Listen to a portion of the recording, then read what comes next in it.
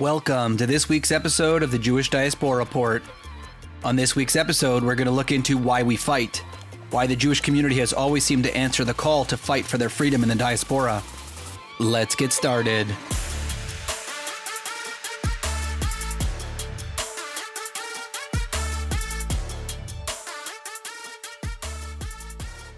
The name of this podcast episode pays homage to the episode of the HBO World War II miniseries Band of Brothers. This miniseries followed the American Airborne Unit through their experience during World War II. In this episode, we see the American Jewish soldiers facing the reality of the Holocaust for the first time with their own eyes. On that same note, in this podcast episode, we are going to look into why the Jewish community has gone into battle for their diaspora homeland, on many occasions above average for the percentage of their population. Even though there are many conflicts around the world, we only really have time to focus on a few. One very interesting example of this would be in the 18th century when the American colonies fought for their independence from the British. The American Jewish population in the mid-18th century was somewhere between 2,000 and 3,000, mostly Sephardic Jews. There had been a mix of discrimination and acceptance by the American population towards the Jewish community. Some of this would have been caused by the British rulers across the Atlantic. As the opportunity for the American colonies arises to free themselves from the British, the Jewish community had some reservations. The Jews of America were recently expelled from Europe, caused by a great deal of discrimination. America, although not perfect under the British, showed promise for the Jewish community, in order to have the safety and security that they did not get in Europe. As is always the case in life, it is the devil you know versus the devil that you don't know. Many in the Jewish community chose to gamble on the freedoms that the American revolutionaries were promising. Before and during the American Revolutionary War, the Jews had representatives of their people on both sides of the controversy. However, the majority joined the colonial side. 160 Jewish soldiers enlisted in the colonial army. As tiny as a number as that seems, when compared to the number of Jewish people in the colonies, it's a staggering number to support the cause of freedom in America. The Jewish community at the time made up less than 1% of the population of the American colonies. However, the number of Jewish people who signed up to fight were over 5% of the Jewish community.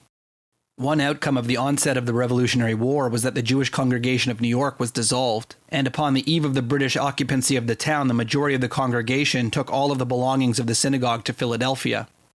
The small number who remained in New York occasionally held services in their synagogue. Chaim Solomon, an American Jewish community member, was possibly the prime financier of the American side during the American War of Independence against the British. Another example of a brave Jewish American supporting the revolution was Francis Salvador. Salvador was an English-born American Jew in the colony of South Carolina from the Sephardic Jewish community of London. In 1774, he was the first Jew to be elected to public office in the colonies when he was chosen for a provincial congress. He had joined the independence cause in 1776 and ended up being the first Jew killed in the American Revolutionary War, fighting with the militia on the South Carolina frontier. Following the War of Independence, the growing Jewish community was still unsure of the rights that Jewish people were granted under the new American state. The trauma of generations who had been discriminated against, attacked, or exiled was still in the back of their mind. In a letter then written to President George Washington in 1790, the Jewish community of Rhode Island was hoping to receive some more detail into the equality that was ensured to all people under the Constitution. Essentially, the Jewish people wanted to know if they too were considered equal under the law, something that was very rare in the history of the Jewish experience. George Washington wrote back to the Jewish community of Rhode Island saying, in part, "All possess an alike liberty of conscience and immunities of citizenship. For haply the government of the United States, which gives to bigotry no sanction, to persecution no assistance, requires only that they who live under its protection should demean themselves as good citizens." Washington continues, "May the children of the stock of Abraham who dwell in this land continue to merit the joy and goodwill of other inhabitants, while everyone shall sit in safety under his own vine and fig tree, and there shall be none who make him afraid. May the Father of all mercies scatter light and not darkness in our path, and make us all in our several vocations useful here, and in his own due time and way everlastingly happy." There is little doubt that after reading this response from the President of the new United States of America, that the Jewish community of Rhode Island were, indeed, equals under the law. Their support for American freedom meant finally they would receive Jewish religious freedom in the United States of America. When we come back, we will look into the tragic situation of the Jews fighting on both sides of World War I. We'll be right back on the Jewish Diaspora Report.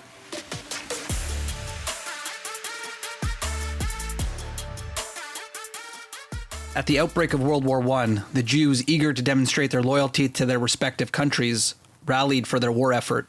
About 500,000 Jews donned the Russian uniform. On the opposite side, almost 100,000 Jews were serving in the German army. Yet despite this massive enlistment, accusations were levied against the Jews for evasion and profiteering in both countries. Statistics appear to indicate that the percentage of the Jewish deaths were in no way smaller than those of the non-Jewish populations, disproving these allegations. Suspicions concerning their loyalty were even voiced in England and the United States. In both countries, Jews of German origin were required to sign humiliating public declarations of loyalty to their country. Approximately 225,000 American Jews served in World War I. They served as Marines, soldiers, and sailors. They served in all aspects of the military, infantry, artillery, cavalry, engineering, signal, aviation, ordnance, quartermaster branches, and even more. Some were heroes, some did their part, and some never made it home. 4 American Jews received the Medal of Honor. As we saw in the American Revolutionary War, Jews appeared to enlist to support their diaspora homeland more than the population size. Even though the Jews of America were merely 3% of the American population, those Jews who enlisted accounted for 7.5% of their community. On the other side of the battlefield, the German Jews were even more willing to take up arms to support their homeland. The German Jewish population made up less than 1% of the greater German population. However, nearly 20% of the Jewish community enlists.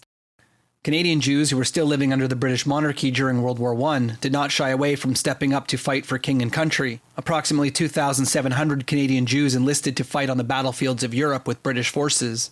With a Jewish Canadian population of only 1% of the population, nearly 3% of the Jewish community joined to fight.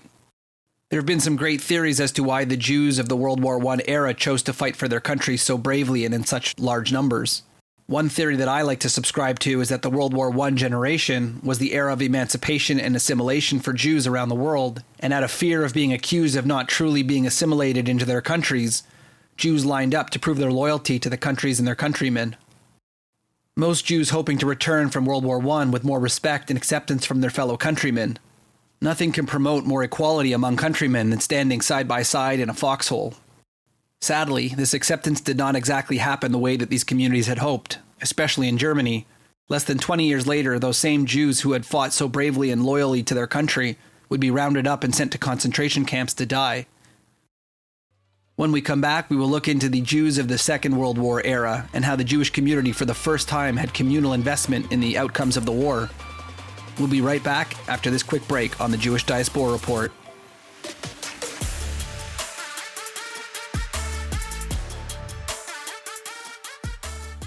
World War II was no different than previous engagements, although the Jewish soldiers, of course, only fought for one side. Approximately 1.5 million Jews fought in the regular Allied armies. In many cases, the percentage of Jews fighting was greater than the percentage of Jews in their respective countries. During World War II, approximately 550,000 American Jews served in the various branches of the United States Armed Forces. They served on all fronts in Europe and the Pacific. Some 10,000 were killed in combat, and more than 36,000 received citations. Many Jewish soldiers ended up taking part in liberating the death and concentration camps of Europe.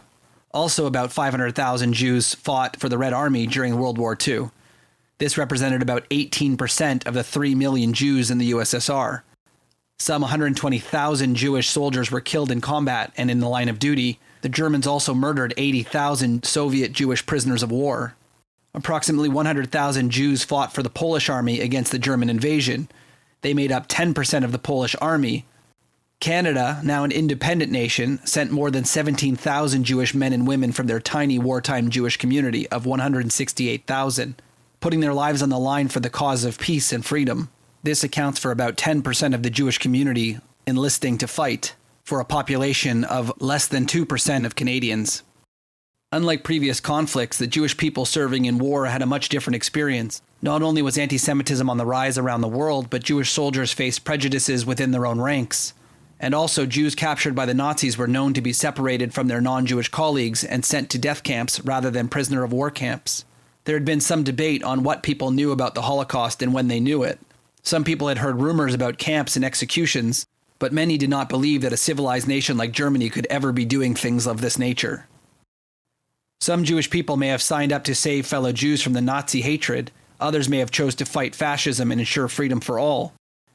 One example of this heroism is near and dear to my heart. It's the story of Harold "Red" Fromstein from Toronto, Canada. Harold Fromstein landed in Normandy a month after D-Day in July 1944. He was attached to the Royal Highland Regiment, also known as Black Watch. This was a Montreal-based outfit that had been nearly wiped out in the Dieppe raids of August 1942. During a battle on July 25, 1944, most of Fromstein's Black Watch comrades were killed or captured. He himself took a machine gun bullet to the neck and another near his eye. In an act of self-preservation, he had the foresight to tear off his dog tags that identified him as a Jew, just before being captured by the Nazis. The Germans treated his wounds, and soon after, the Americans liberated his hospital that he had been held in. Fromstein eventually made it back to rehabilitation in Britain, but 5 months later, with a 6-inch scar on the back of his neck, he was back in action, serving as a stretcher bearer with the Canadians. At this point, the Allies pushed their desperate and outnumbered German forces back across the Rhine River. Fromstein saved the lives of several of his men in late February 1945 when he organized stretcher parties and personally aided in evacuating casualties over a distance of several thousand yards, all while under the mortar and machine gun fire of the Germans. This courageous act is the reason for his given nickname, the Angel of the Battlefield. Ironically, the Canadian military actually awarded the Medal of Honor to Harold's brother, Albert Fromstein, the name that Harold used while in uniform since he enlisted before he was old enough to enlist. He had used his brother's ID in order to get into the military and fight for Canada. Without the modern help of computers to help them search, the officers never really knew that Albert Fromstein was actually serving in the Royal Canadian Air Force on Vancouver Island. After the war, Harold eventually confessed to fudging his identity to the military and told the military who he really was and received his Medal of Honor in his own name. In the end, in the stories of Red Fromstein and many other Jewish soldiers, we see it's clear that there was some reason why Jewish communities regularly stepped up to serve their countries bravely. This topic has been a passion of mine throughout my life. My own grandfather served proudly in the Canadian Forces during World War II. I was never able to speak to him about his service due to his unexpected death in my youth. What I do know is that he was a signalman in North Africa and Italy and eventually aided in the liberation of the Netherlands, something he was incredibly proud of. Growing up with this missing piece of my history, I've always been interested in the question, why do we fight? Nothing could be more clear than those Jewish soldiers who returned back from battle following World War II and immediately turned their focus to the new state of Israel. Many of these experienced and trained Jewish soldiers, sailors, and pilots helped in Israel's War of Independence. The support from these foreign Jewish soldiers was undoubtedly vital to Israel's survival in a war with multiple highly trained and well-equipped Arab armies. This tradition of Jewish courage and strength is only amplified as the Jews of Israel are called up to protect their country. The IDF, or Israeli Defense Forces, or in Hebrew, Tzva HaHagana LeIsrael, boasts approximately 170,000 active personnel and nearly 500,000 in reserves. Of these IDF soldiers, there are approximately 7,000 lone soldiers.